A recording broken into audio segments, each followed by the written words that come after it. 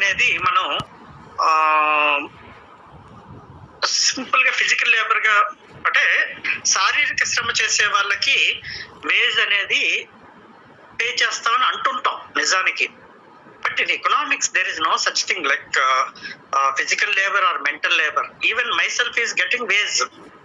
But coming to the commerce side, wage is for blue collar jobs. Wage is for blue collar jobs. Salary is for white collar jobs. Adi commerce meaning.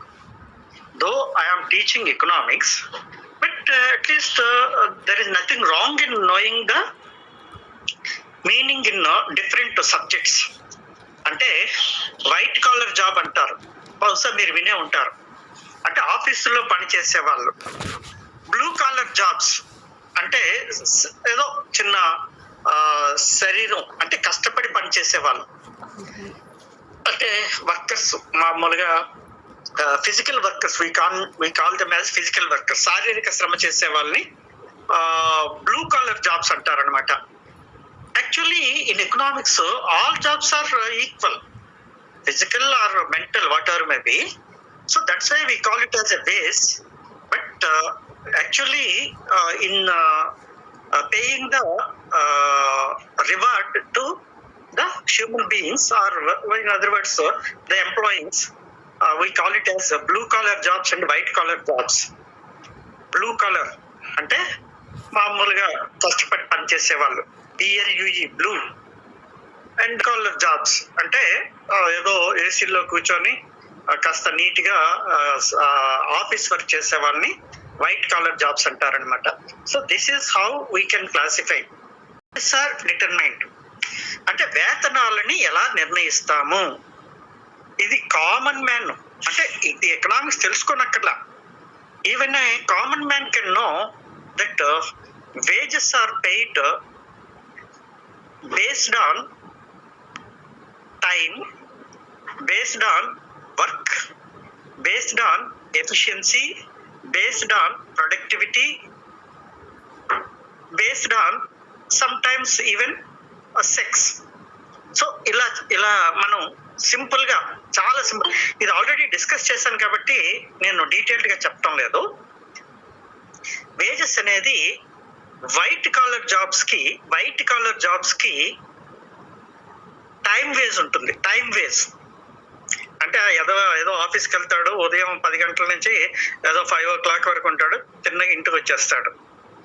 So వాడు 8 hours ఏదో అక్కడ పని చేసినందుకు వాడు అక్కడ పని చేస్తున్నాడా నిద్రపోతున్నాడా అనేది అనవసరం. ఆ టైం అక్కడ స్పెండ్ చేసినందుకు వాడికి శాలరీ పే చేస్తారు. That is called as time wage. We don't call it as a salary in economics. We call it as wage in economics. Those who are doing services అంటే సేవలు అందించే వాళ్ళకి general గా time wage pay చేస్తుంటారు. అంటే కాలాన్ని బట్టి వేతనాన్ని చెల్లిస్తుంటారు అనమాట.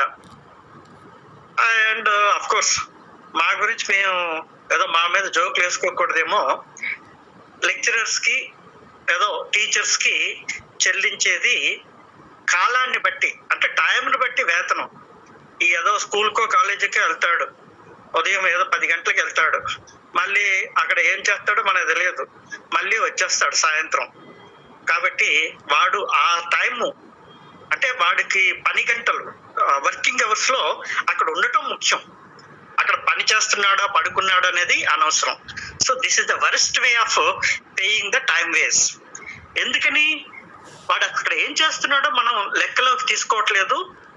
అనవసరంగా sometimes most of the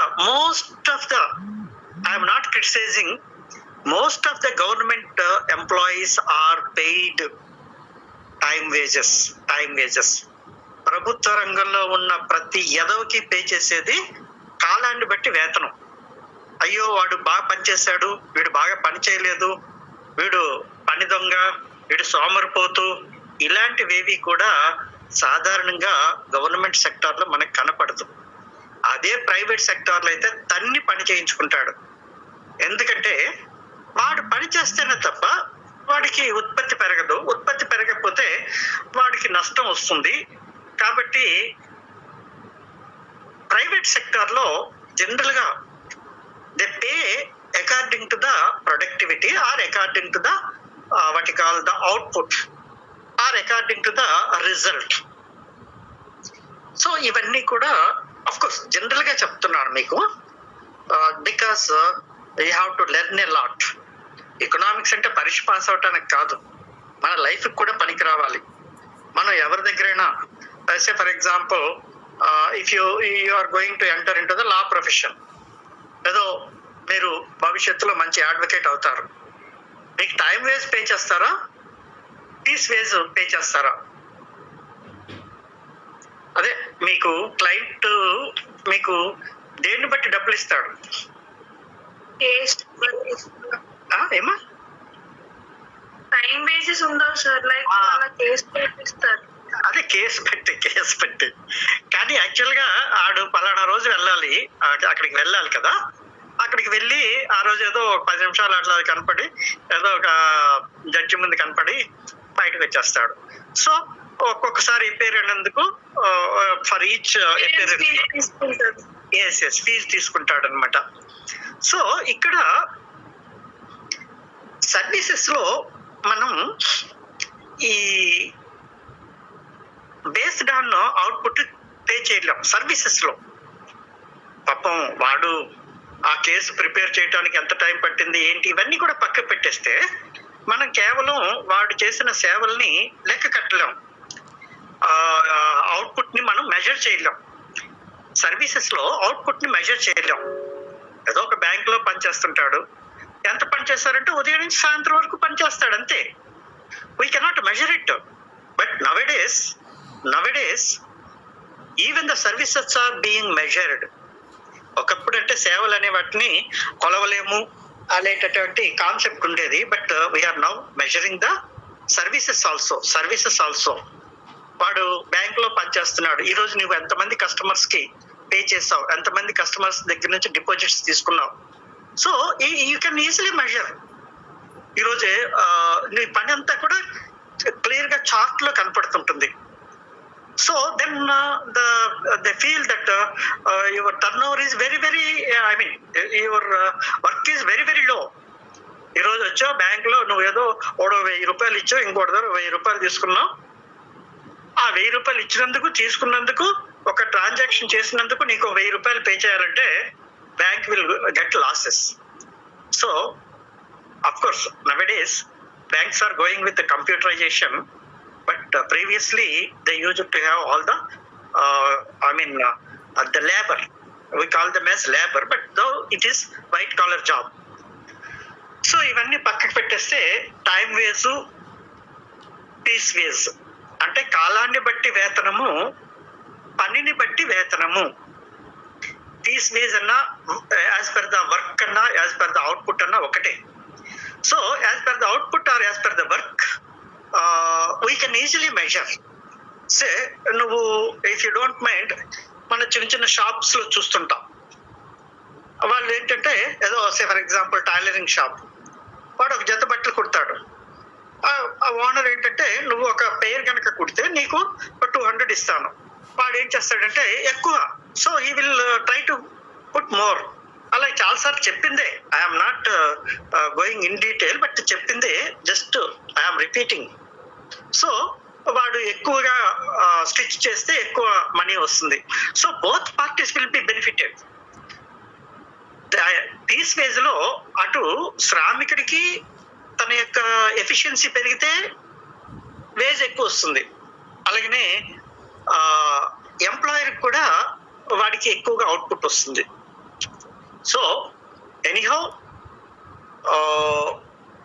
as per the law, that is one should pay the minimum wages for their respective work. అంటే మనం లా స్టూడెంట్స్ కాబట్టి ఆ పదాన్ని వాడుతున్నాం.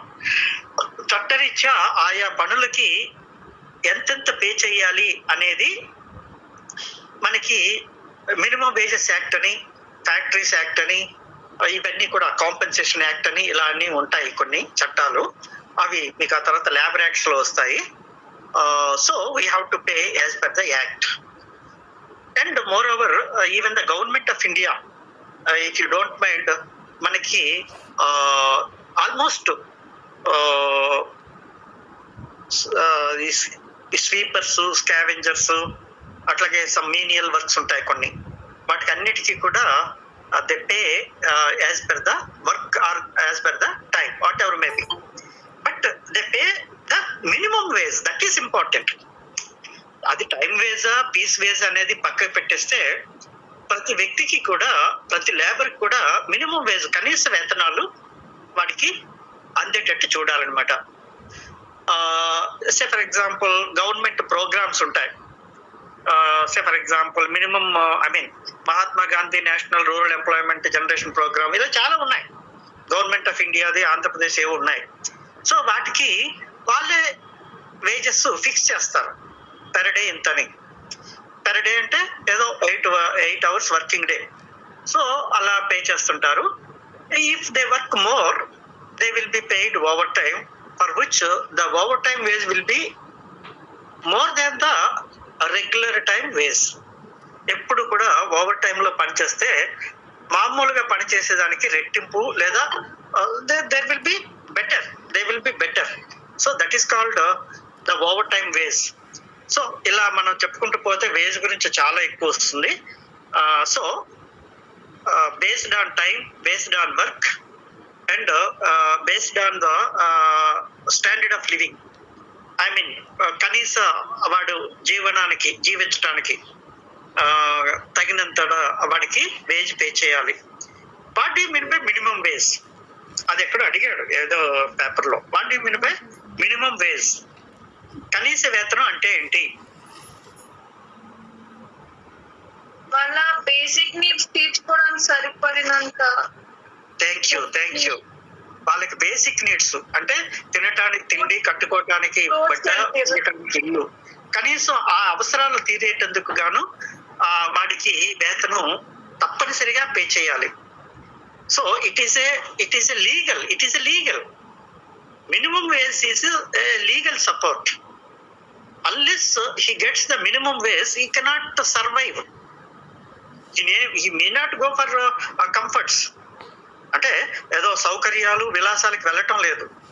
కనీసం అది కట్టుకోవటానికి బట్ట, తినటానికి తిండి, ఉండటానికి ఒక ఇల్లు, ఈ మూడింటిని మీట్ అవటానికి వాడికి రోజుకి ఎంత అయితే ఖర్చు అవుతుందో, ఎంత అవసరం అవుతుందో, ఆ అవసరాన్ని తీర్చగలిగేదిగా వేజ్ ఉండాలి. Then only they can have more what you call standard of living. అంటే జీవన ప్రమాణం అనేది బాగుంటుంది. అలా కాకుండా తక్కువ ఇస్తే they cannot survive and they will fall under poverty line. Minimum wages కనుక పే చేయలేకపోతే పేదరికంలోకి ఇచ్చేస్తారనమాట. పేదరికానికి దిగువగా ఉన్నవారు అనేది అంటుంటారు. అది మనకి సెకండ్ ఇయర్ ఎకనామిక్స్ లో వస్తుంది. Poverty, unemployment, poverty line. They will fall under below the poverty line. That is called. So, which ways that will bring the labor above the poverty line is called as minimum wage. అలా కూడా చెప్పచ్చు. అంటే పేదరికపు రేఖకు ఎగువన ఉండేటట్టుగా వేతనాన్ని కనుక మనం pay చేసినట్లయితే అది మినిమం వేజ్ అవుతుంది. So this is also one of the things that the employers are supposed to look after while paying the wages. General ga wages will be more when there is a risk in the work or risk in the labor. సాధారణంగా మనం చేసే పనిలో ఏదైనా ఒక ప్రమాదం లేదా ఒక risk ఉంటే జనరల్ గా అక్కడ వేజ్ ఎక్కువగా ఉంటుంది. ఉదాహరణకి మైన్స్ లో పనిచేస్తుంటారు, అంటే గనుల్లో ఏదో బొగ్గు గనుల్లోనూ అట్లా పనిచేస్తుంటారు. వాళ్ళు లోపలికి ఎక్కువసేపు ఉండలేరు, అక్కడ ఆక్సిజన్ అది ఎక్కువగా ఉండదు. Though they go with some cylinders and all these things. వాళ్ళకి వేతనం ఎక్కువ ఉంటుంది, ఎందుకంటే there is a lot of risk for life. అట్లాగనే ద డిఫెన్స్ పీపుల్ వాళ్ళకి కూడా వేజెస్ ఎక్కువ ఉంటాయి, ఎందుకంటే యుద్ధానికి వాటికి ఏదైనా జరిగితే వాళ్ళకి ప్రమాదం ఉంటుంది కాబట్టి. So where there is a risk in the working conditions, there the wages will be more, or otherwise they will not be attracted. అక్కడ డబ్బులు ఎక్కువ వస్తాయి కాబట్టి కొంతమంది అటువంటి లేబర్ కింద వెళ్తుంటారు. Otherwise nobody will go. ఏదో గనిలో పనిచేసే కార్మికుడికి రోజుకి 300, లేదా బయట పనిచేసేవాడికి 300 అంటే ఎవడు కూడా గనిలో వెళ్ళటానికి పని చేయటానికి ఇష్టపడ్డు. So based on the risk generally wages will be paid more, and based on the security of the work, భద్రత. నీకు రోజుకి మామూలుగా ఏదో రోజు కూలి 300 రూపాయలు అంటే ఈ రోజు ఒక దగ్గర పనిచేస్తారు. రేపు ది బెస్ట్ ఎగ్జాంపుల్ ఈజ్ మ్యాన్సనర్స్. ఈ తాపీ కూలి వాళ్ళు, తాపీ పనులు చేసుకునేటటువంటి వాళ్ళు ఏంటంటే ఈ రోజు కూలి ఉంటుంది, రేపు ఎవడు ఉంటుందో లేదో తెలియదు. So if there is a security or some guarantee of work, then naturally wage will be less. అదేంటి మాస్టారు, సెక్యూరిటీ, నీకు 4 రోజులు పని చెప్తాను లేదా సంవత్సరం కాలం పాటు నీకు పని చెప్తాను అంటే అప్పుడు ఏమవుతుంది, మనకి సంవత్సరం కాలం పాటు పని దొరుకుతుంది. కాబట్టి మనం టెంపరీగా అయితే ఏదో 300 తీసుకుంటాం, అది పర్మనెంట్ 1 year వరకు ఉంటుంది కాబట్టి ఏదో రోజుకి 200 అయినా సరిపోతుంది. So wages will be paid based on the nature of the work and also the future guarantee. అంటే భవిష్యత్తులో for example government present Andhra Pradesh government ఏదో వార్డు సెక్రటరీలు అది ఇది ఏవేవో చేస్తున్నారు. వాడికి ఎంత ఇస్తారు, 5,000 10,000 ఇస్తారు. ఏదో విద్యా వాలంటీర్లు, హెల్త్ వర్కర్లు, వీళ్ళందరినీ ఈ మధ్య ప్రభుత్వం చాలా ఎక్కువగా చాలా మందికి ఉపాధిని కలిగించింది. చాలా సంతోషమే, కానీ అది చాలా తక్కువ వేతనమే. కానీ వాళ్ళు ఎందుకు చేస్తున్నారు, భవిష్యత్తులో ఇది ఏదో పర్మనెంట్ అవుతుంది, భవిష్యత్తులో నా లైఫ్ సెటిల్ అవుతుంది అనేటటువంటి ఉద్దేశం అనమాట. So at present they may get less salaries or less wages, but they feel that the government will consider their services in future and they will pay more, and at the same time they will make it a permanent అవుతుంది. So ఇంత కథ ఉంది wages వెనకాల. So wages temporary అయితే ఒకలాగా ఉంటాయి.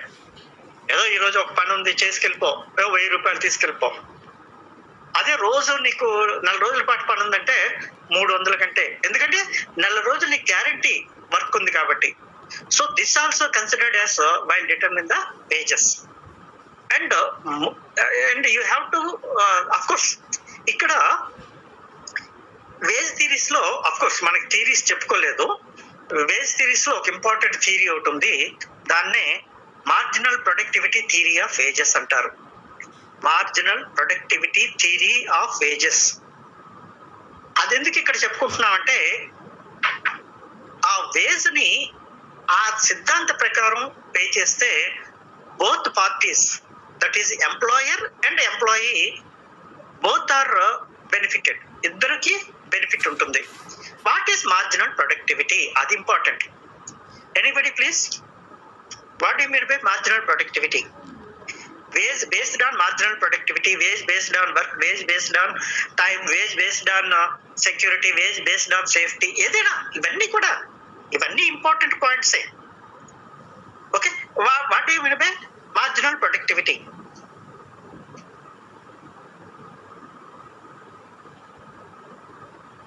Anybody please? This is very important. అంటే wage determination లో, అంటే వేతన నిర్ణయంలో మార్జినల్ ప్రొడక్టివిటీ అనేది చాలా important concept. Wage determination, very good. Additional output by employing additional labour is called as marginal productivity. Not marginal production, but productivity అంటాం దాన్ని. There is a difference of course. So మన దగ్గర already 10 మంది పని చేస్తున్నారు. ఒక్కొక్కడికి ఏదో 1000 రూపాయలు పే చేస్తున్నాం.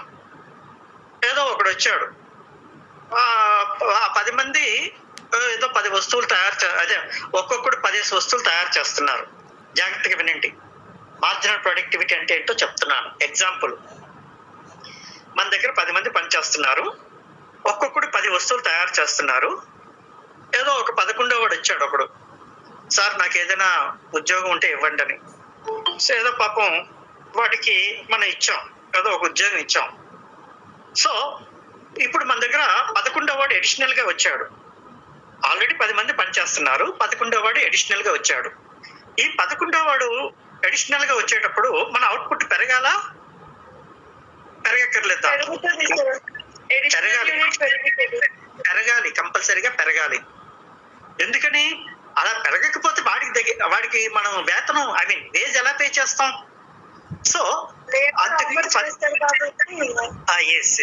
All the marginal productivity, suppose పాతగా 10 మంది 10 పదులు 100 ఉండేది అవుట్పుట్, టోటల్ అవుట్పుట్. వేరే 11వ వాడు వచ్చిన తర్వాత టోటల్ అవుట్పుట్ 109కి పెరిగింది. అంటే వాళ్ళకంటే ఒక తక్కువ అవుట్పుట్ పెరిగింది, తక్కువ అవుట్పుట్ వచ్చింది. అప్పుడు అందరితో సమానంగా ఇమ్మంటాడు వాడు. అందరికీ 100 రూపాయలు ఇస్తే నాకు 100 రూపాయలు ఇమ్మంటాడు. కానీ మనం ఏమంటాం, అందరూ ఒక్కొక్కడు 10 వస్తువులు నువ్వు రాకముందు చేసేవారు, కానీ నువ్వు వచ్చిన తర్వాత నీ వలన నాకు కలిసి వచ్చింది కేవలం 9 యూనిట్లే. నేను అడిషనల్ గా తీసుకోవటం వలన నాకు 9 యూనిట్లే అడిషనల్ గా అవుట్పుట్ పెరిగింది. కాబట్టి నీకు వాళ్ళతో సమానంగా ఎలాగిస్తాను? వాళ్ళ ప్రొడక్టివిటీ కంటే నీ ప్రొడక్టివిటీ తక్కువ కాబట్టి నేను అలా పే చేయలేను. So this is called as marginal productivity. So while employing the people, అంటే మనం అడిషనల్ గా ఉత్పత్తిలోకి శ్రామికులు నియమించేటప్పుడు వాళ్ళ అడిషనల్ అవుట్పుట్ పెరిగేటట్టు ఉంటేనే అడిషనల్ గా ఎంప్లాయ్మెంట్ అనేది ఇవ్వడానికి అవకాశం ఉంటుంది. లేనప్పుడు ఎట్టి పరిస్థితుల్లో వాళ్ళని మనం తీసుకోం. ఎందుకని? అందరితో పాటు వేతనం పే చేయాలి, కానీ అందరిలాగా అందరితో సమానంగా అవుట్పుట్ ఉండనప్పుడు how we can pay the wage equivalent to the previous one? That is a big question. కాబట్టి వాళ్ళకి మనం పే చేయలేం, వాడికి మనం పే చేయలేం. వాడికి చెప్తాం, నువ్వు అవుట్పుట్ పెంచుకో, వాళ్ళతో కనీసం సమానం చెయ్యి, వాళ్ళకంటే ఎక్కువ చేసావనుకో నీకు ఎక్కువ ఇస్తాను. సో అక్కడ మళ్ళీ దేనికి లింక్ పెట్టాం? Based on productivity, based on output, based on work. So based on work అనేటప్పుడు వీడు ఇంకా ఎక్కువ అవుట్పుట్ పెంచుతాడు, దానివల్ల వాడు ఎక్కువగా వేజ్ వస్తుందన్నమాట. So this is how we can get the benefit following the marginal productivity theory of wages. Marginal productivity theory of wages, that is a very very important concept. Of course మీరు తప్పదు అనుకునేటప్పుడు ఆ సిద్ధాంతం అంతా ఒకటే విషయం ఏంటంటే, additional labour should produce more than the previous labours. అంటే అంతకు ముందు వాళ్ళకంటే వీడు ఎక్కువగా ఉత్పత్తి చేయగలిగితే వీడికి మనం వేతనం పే చేయగలుగుతాం. బట్ ఎట్టి పరిస్థితిలో వాళ్ళ యావరేజ్ కంటే వీడి యావరేజ్ వీడి అడిషనల్ అవుట్పుట్ తక్కువ ఉండకూడదు. అలా తక్కువ ఉంటే వాడిని నియమించము, వి డోంట్ అడ్మిట్. వాడిని నియమించం. కానీ నియమించడానికి చిన్న పాసిబిలిటీ ఉంది. ఎలాగా? వాటిని నియమించడానికి చిన్న పాసిబిలిటీ ఉంది. ఏంటి ఆ పాసిబిలిటీ? పేయింగ్ లో. Very good Sanjay, very good. Paying లో వేస్. వాళ్ళందరూకి 10 వస్తువులు తయారు చేశారు, వాడికి 100 రూపాయలు ఇచ్చాను, నువ్వు 9 తయారు చేసావు, 90 రూపాయలు తీసుకో. అలాగైతే పని చెయ్యు, లేకుంటే వెళ్ళిపో. సో నీ ప్రొడక్టివిటీ తక్కువ కాబట్టి నీ వేజ్ తక్కువ. లేదు ఎక్కువ అవుట్పుట్ పెంచు, నీకు ఎక్కువ ఇస్తాం. సో దానివల్ల వాడు ఇనిషియేషన్ గా ఎంకరేజ్మెంట్ గా వాడు అవుట్పుట్ పెంచడానికి ప్రయత్నం చేస్తాడు. So that's why in the theory of wages this became a very very important theory, that is called marginal productivity theory of wages. Just example రాయొచ్చు ఇలాగే. In an organization, 10 people are working. We want to take additional one, and the additional that is 11th labor is producing this one, which is less than the previous one. That's why we cannot take him to the work. So the value of output that is produced by the additional labor is equivalent to the marginal productivity, is equivalent to the marginal wage. So marginal wage is equivalent to the marginal productivity. Simple. ఆ theory అంతా ఏదో అంతా అదే చెప్తుంటారు మొత్తం అంతాను. Wage is equivalent to marginal productivity. అంటే ఒక శ్రామికుడికి చెల్లించే వేతనం అతడు అదనంగా ఉత్పత్తి చేసిన దాని యొక్క విలువకు సమానం అవ్వాలి. Equivalent to the additional output what he produces, the wage what is supposed to be paid. అంటే వాడికి ఎంత ఇస్తాం, వాడు ఎంత ఉత్పత్తి చేస్తే అడిషనల్ గా అవుట్పుట్ ఎంత ఉత్పత్తి చేస్తే అంత ఇస్తాం. అది లేదా అంతకంటే తక్కువ ఉత్పత్తి చేస్తే తక్కువ ఇస్తాం. అయితే తక్కువ ఒప్పుకుంటాడా? Does he agree?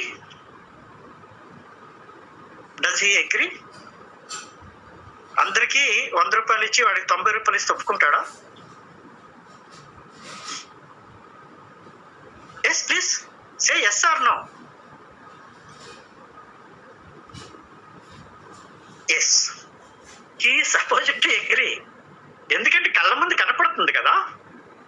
నువ్వు తక్కువ ఉత్పత్తి చేసి అందరితో సమానంగా నువ్వు ఎలాగే క్లెయిమ్ చేస్తావు?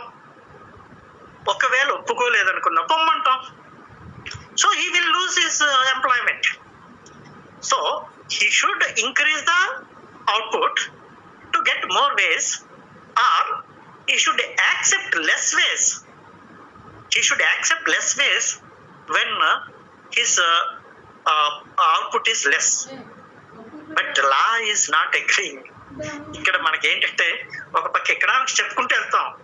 ఇది కరెక్టే, తక్కువ చేసినోడికి తక్కువ ఇస్తాం, ఎక్కువ చేసినోడికి ఎక్కువ ఇస్తాం. ఇది కరెక్టే కదా. ఇట్ ఈస్ మనం ఎవరికి అన్యాయం చేయట్లేదు.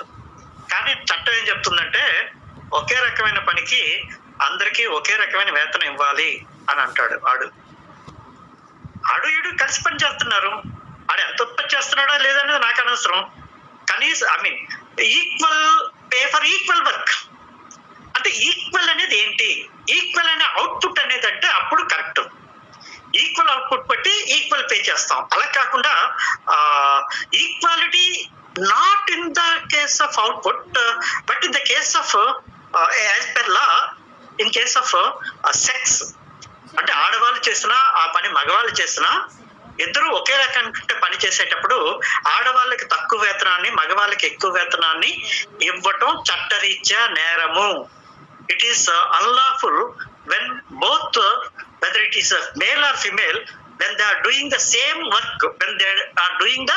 same work, you should pay the equal wages both to the male and female. అది చట్టం అలా చెప్తుంది అనమాట. సో ఎనీహౌ మనం ఇది ఆల్రెడీ డిస్కస్ చేసినటువంటిదే కాబట్టి దీన్ని ఇంతటితో ఆపేద్దాం. అక్కడ మీరు మీకు ఉన్న టాపిక్స్ లో ఎక్కడైనా చూడండి ఇంకా డీటెయిల్డ్ గా. వేజ్ అనేది మినిమం వేజెస్ పే చేయాలి. Explain the wages determination. Last one చివరిది ఈరోజు కంప్లీట్ చేసేద్దాం. ఆల్ షార్ట్ నోట్స్ ఈరోజు కంప్లీట్ చేసేద్దాం. And we will go with other things. Distinguish between the terms of capital and money. ఇది చాలా సింపుల్. ఇది కూడా అంతకుముందు 2018లోనో 19లోనో వచ్చింది. అక్కడ డిస్కస్ చేసాం. somehow we are repeating the same. Capital is nothing but that is converted into the man-made. ఏదో చెప్తుంటాం. What is capital? What is money? Capital is nothing but man-made factor of production. What is money? It is also man-made. No doubt, both are man-made. But Money is not capital. Money is not capital. Capital may be money.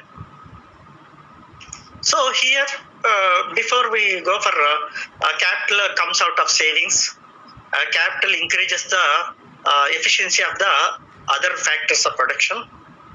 Capital comes out of savings. Capital is accumulated, and capital when invested will become wealth. ఇవన్నీ కూడా మనం capital అంటే ఏంటో meaning రాసేస్తాం. So మీకు already చెప్పాను, ఇది already discuss చేసిందే. Capital money ఇలా పక్క పక్కన పెడితే మీకు ఈజీ అయిపోతుంది. సో దట్ మనకి ఒక 5 పాయింట్లు మనం ఈజీగా we can draw what is capital, what is money అనేది. అంటే ఇప్పుడు మీకు ఆల్రెడీ చెప్పుకుంటాను. ఒకవేళ మీకు ఎక్కడైనా దొరుకుతుంది రండి ప్రతిదీ. ఇప్పుడు అంటే నోట్స్ చెప్పడానికి బాగదు, ఆన్లైన్ లో నోట్స్ అనేది not possible in fact. So let us see what is money. Money is what money does. ఇవన్నీ చెప్పుకున్నాం, ఒకప్పుడు కూడా చెప్పుకున్నాం. And it acts as a deferred payments. Money అనేది ఎందుకంటే of course it acts as a deferred payments, it acts as a compensatory towards the actors remunerations. అంటే labour veg pay చేయాలన్నా money రూపంలో పే చేస్తుంటాం. అయితే అక్కడ ఈ వేజ్ దగ్గర ఒక చిన్న పదం మర్చిపోయాం. అక్కడ రియల్ వేజ్ కూడా రాసుకోవచ్చు. Wages are broadly classified into money wage and real wage. Money wage and real, కొద్దిగా వెనక్కి వెళ్తున్నాం మళ్ళీ. Money wage and real wage. What do you mean by real wage? What do you mean by real wage?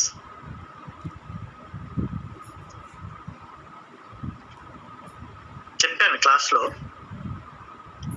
What do you mean by real wage?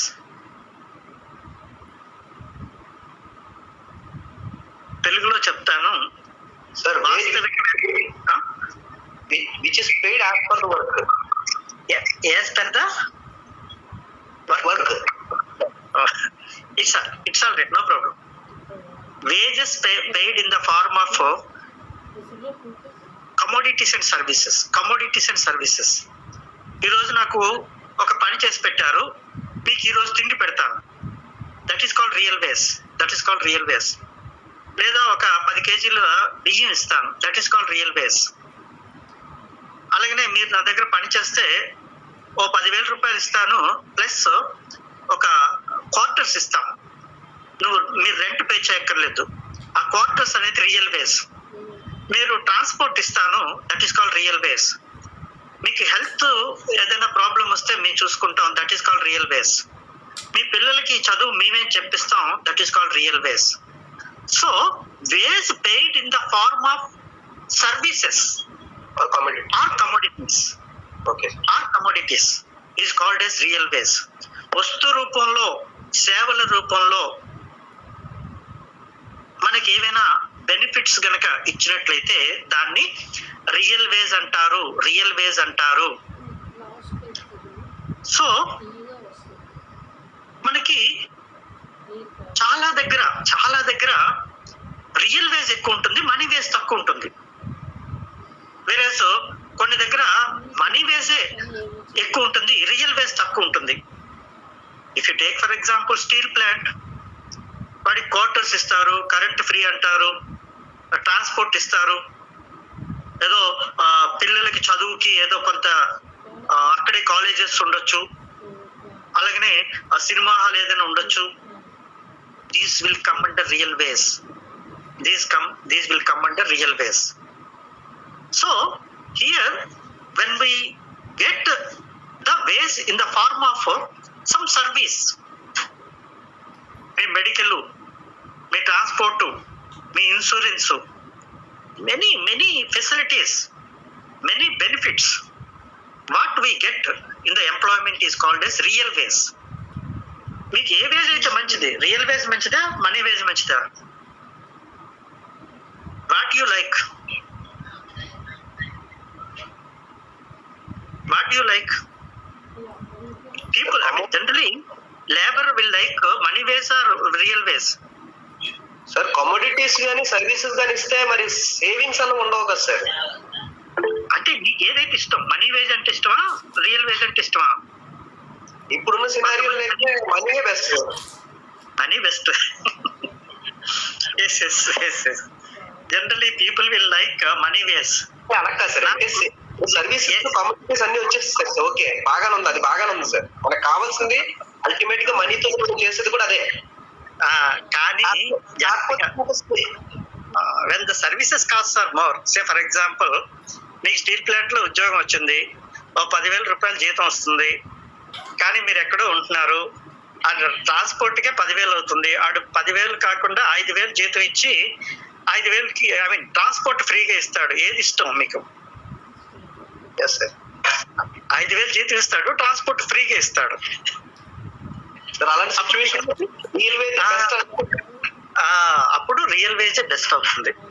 So when the services costs are costly or higher, generally labor will prefer real ways. ఇప్పుడు విశాఖపట్నం లాంటి సిటీలో ఏదో 10,000 రూపాయలు ఉంటే కానీ ఇల్లు అద్దెకి దొరకదు. వాడు హౌస్ ఫ్రీగా ఇస్తున్నాడు, నీకు 10,000 ఇస్తున్నాడు. లేదా హౌస్ ఫ్రీగా ఇవ్వడు, నీకు జీతం 15,000 ఇస్తాడు. Which is better?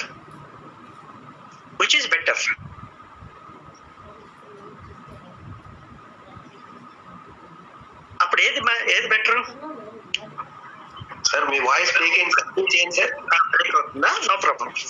సో మీకు రెంట్ ఫ్రీ హౌస్ ఇస్తున్నాడు, కరెంట్ ఫ్రీ హౌస్ ఇస్తున్నాడు, మీ పిల్లలకి చదువు నేర్పిస్తున్నాడు, కానీ జీతం తక్కువ ఇస్తున్నాడు.